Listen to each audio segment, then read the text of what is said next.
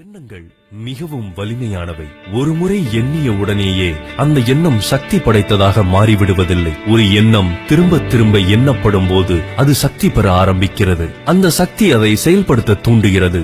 1000 முறை சொன்னால் யானையும் சாகும் என்பர் பெரியோர். அதனால்தான் ஆலயங்களில் லட்சார்ச்சனை, கோடியர்ச்சனை போன்றவைகள் நிகழ்கின்றன. எண்ணங்களின் சக்தி அதே எண்ணங்கள் கொண்டவர்களை தன் பக்கம் ஈர்க்கிறது, மேலும் வலுப்பெறுகிறது. அது அலைகளாக பலரையும் பாதிக்கிறது, பலரையும் செயலுக்கு தூண்டுகிறது. எண்ணங்களை பிரம்மாக்கள் எனலாம். காரணம், அவை எண்ணியதை உருவாக்கும் சக்தி படைத்தவை. ஒரு எண்ணம் செயலாக முடியாமல் போகிறதென்றால் அதைவிட சக்தி வாய்ந்த வேறொரு எண்ணம் அதனுடனேயே இருந்து போராடி அதனை பலமிழக்க வைத்திருக்கிறது என்று பொருள்.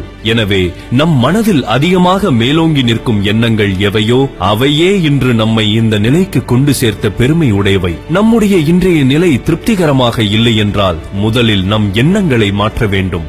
எண்ணங்கள் மாறுகின்ற போது அதற்கேற்ப எல்லாமே மாறும். இது மாறாத உண்மை. நாள் ஒன்றுக்கு ஏறக்குறைய 60,000 எண்ணங்கள் நமது மனதில் தோன்றுவதாக ஆய்வுகள் உறுதி செய்கின்றன. எழும் எண்ணங்களை பொறுத்தே வாழ்க்கை அமைகிறது. எண்ணங்களே செயல்களாகின்றன, செயல்களே பழக்கங்களாகின்றன, பழக்கங்களே வழக்கங்களாகின்றன.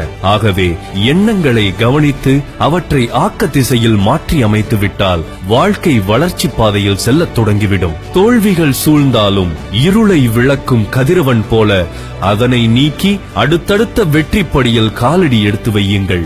முடியும் வரை அல்ல, உங்கள் இலக்கினை அடையும் வரை. நேர்மறை எண்ணங்களை வளர்த்துக் கொள்வது எப்படி? அடுத்த வீடியோவில் பார்க்கலாம்.